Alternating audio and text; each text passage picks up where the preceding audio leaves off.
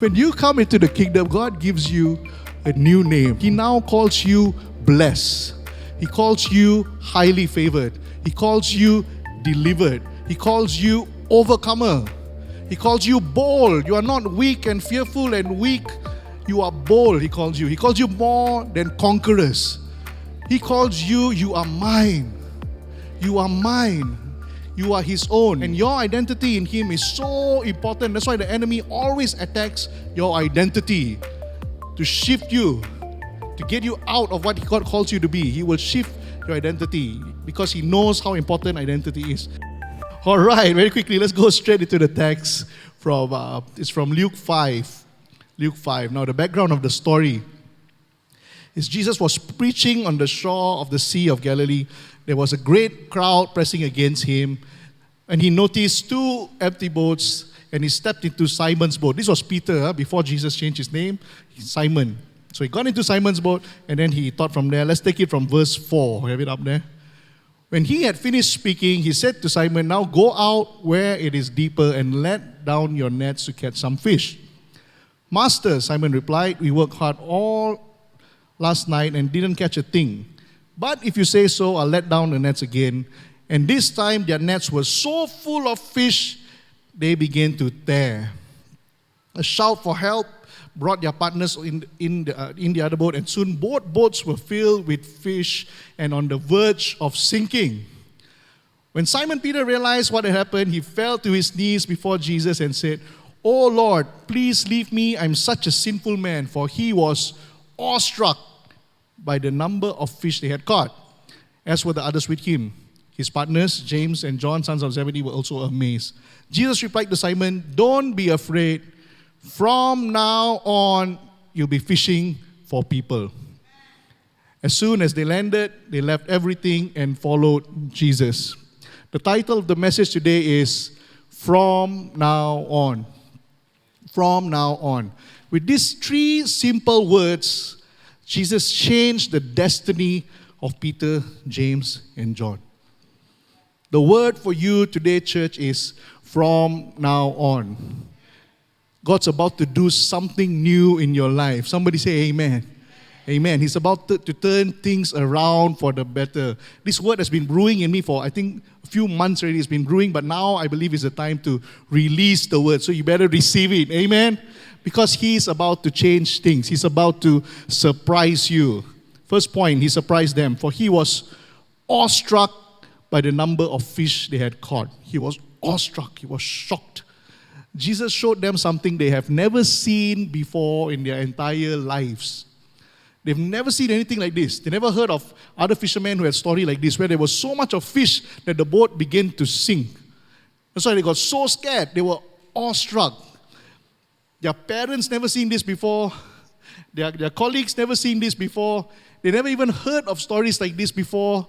When God does something like that, He's about to surprise you. Something you have never seen before. Something your family has never seen before. Your generation before you has never seen before. Amen. Amen.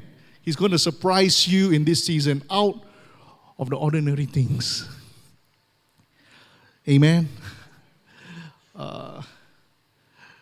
In the scriptures, Moses was taking care of his father-in-law's sheep, right? We know about Moses taking care of his father-in-law's sheep. And it was just another day in the office. He's going around, and then suddenly he notices this bush that's burning, but it's not on fire.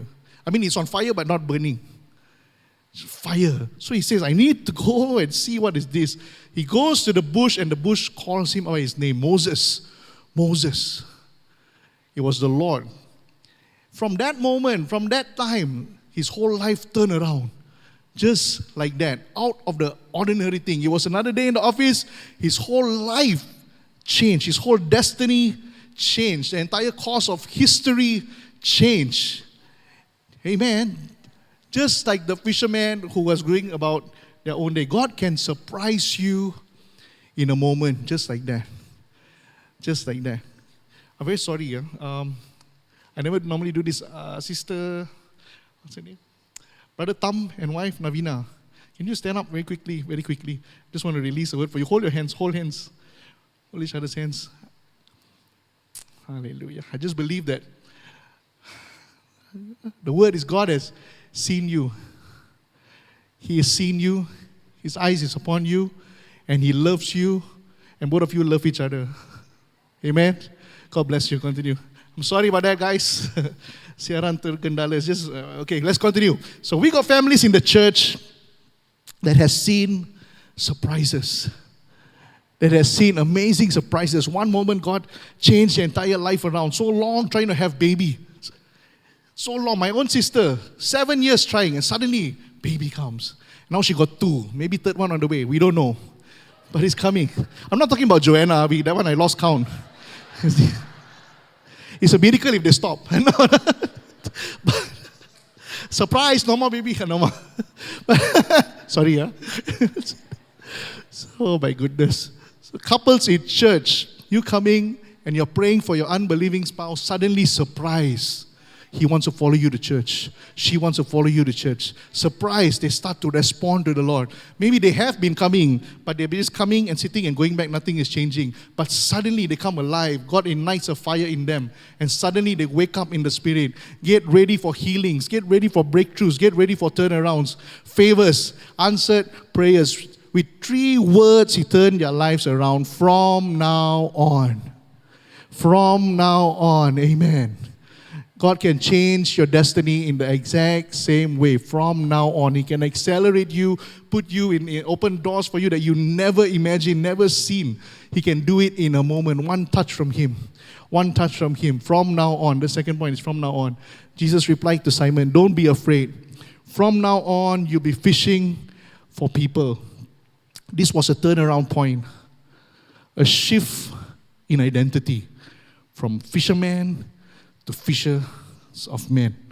Jesus gave Peter a new identity. A new identity. He had a new identity now in Christ. You and I have new identities in Christ. The moment you accept Christ into your life, you become new. He gives you a new identity. We need to receive it. 2 Corinthians 5 verse 17 says, therefore, if anyone is in Christ, he is a new creation. The old has passed away. Behold, the new has come. Amen. Throughout the Bible, you'll find that God, sometimes He changes people's names on purpose to shift them into the destiny, to shift them into the identity that He's called them into.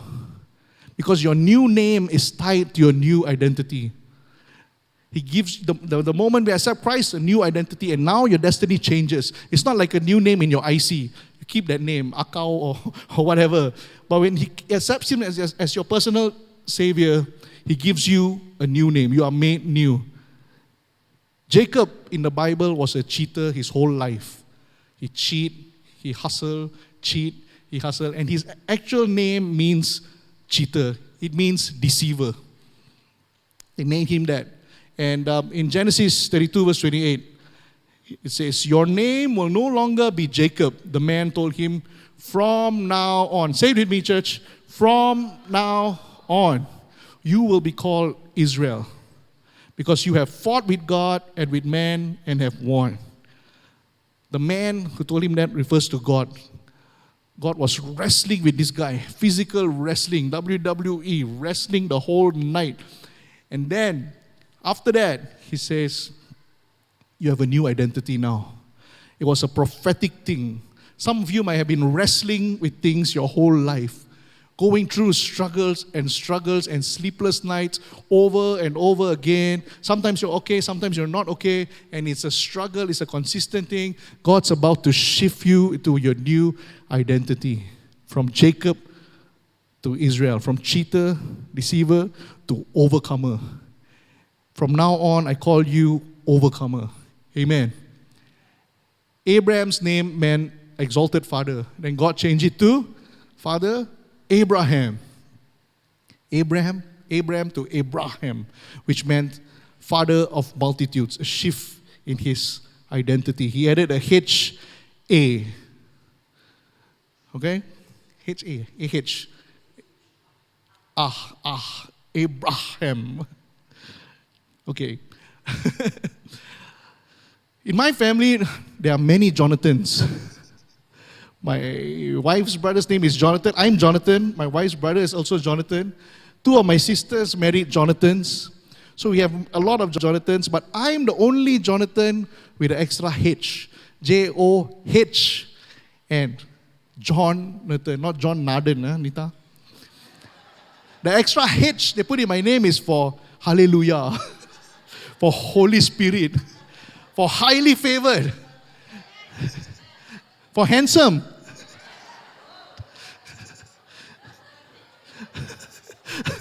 No, for humble, for humble.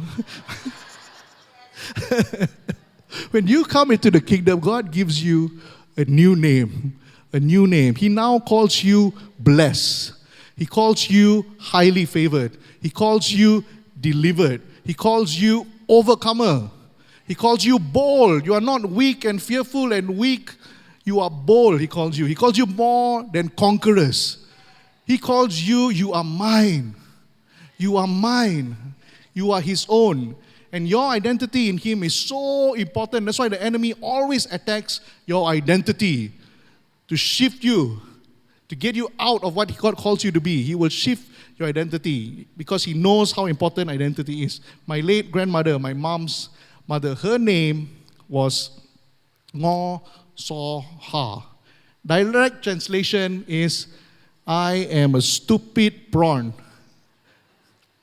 Why? Because this was back in the day in China. She was born in China. And for China, in the olden days, girls have no value. Everybody wanted a son. Because son can go out and work in the harsh conditions. They can bring money for the family. They can help support the family.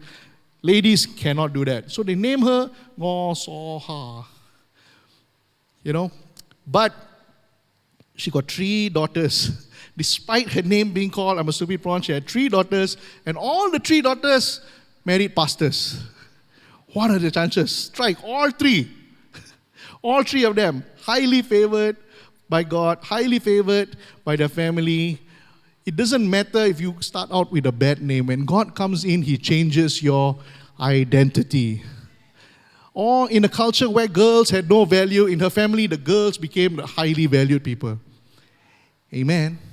Amen. God can change things around. From now on, receive that new identity. Maybe you have accepted Christ, but you have not yet taken hold of your identity. This is who I am. I must walk with my head held high. I am the child of the Most High God. I am highly favored.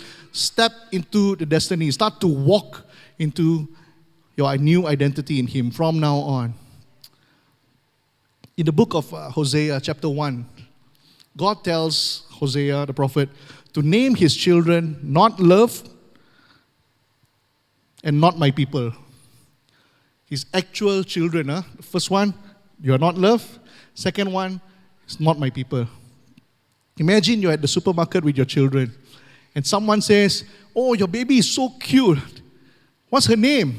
Oh, she's not love. What? Yeah, she's not love. And what about that boy next to her? What's his name? Oh, he's not my people. Oh, it's not your son, is it? Other people's son. No, he's my son, but he's not my people. Difficult conversation. But in the end of Hosea chapter 2, God talks about a change, a turnaround. Hosea 2 verse 23 says, at that time I will plant a crop of Israelites and raise them up for myself. I will show love to those I have called not love. And to those I call not my people, I will say, now you are my people. And they will reply, you are our God. A turnaround. A turnaround. And in chapter 3 it says, it goes down there, then it says, in the last days they will tremble in awe of the Lord and of his goodness. Tremble in awe of the Lord and of his goodness. What is that? That's another word of being awestruck. Awestruck. When he surprises you, when he comes into your world, you are going to be awestruck, just like Peter and his friends. God's going to surprise you. We're going to tremble in awe of the Lord and tremble at his goodness. Somebody say amen. A from now on moment. Maybe this is you. Maybe you feel, I'm not loved. I'm not called. I'm just nobody in the kingdom. I'm not chosen. Today is a turnaround moment. Today is your from now on moment. From now on, you are loved. From now on, you are my people. And you will say, Yes, Lord, you are my God. You are my God. Leads me to the next point. They made a decision. As soon as they landed, they left everything and followed Jesus. Verse 11. Now, the story didn't end with the lots of fish, with the surprise, happy, wow, our ship's full of fish, so nice. It doesn't end with that. It ends with them deciding to follow Jesus. They left everything to follow Jesus. There's a choice we got to make to follow Jesus. There's a price you got to pay to follow Jesus. Peter, you cannot follow me around if you still smell like fish. No more. Don't be a smelly fish and follow me around. Leave that world behind. Leave the old world behind when we follow Jesus. Imagine Pastor David. He used to do drugs and all these things. And then God calls him to be a minister. He said, yes, Lord, I'll be a minister. But now and then, let me kena a little bit lah. Let me get stoned on the side. Before service, take 1 or 2 hits. Can? No, leave everything behind and follow Jesus. Matthew, tax collector, Lord, I'll follow you, but on the side, I still want to extort some people. I want to make some side income.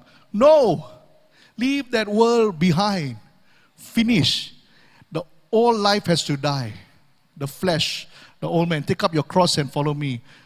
We read this earlier, 2 Corinthians 5:17. Therefore, if anyone is in Christ, he is a new creation. The old has passed away. Behold, the new has come. The new has come. When Jesus was resurrected, the ladies went to the tomb. They wanted to put some herbs on his body or preserve the body or what. And they went to the tomb and they discovered the body is not there. And the 2 angels said, let's come up to the front, don't be shy. We want to pray for you. You want to touch on God, come up to the front.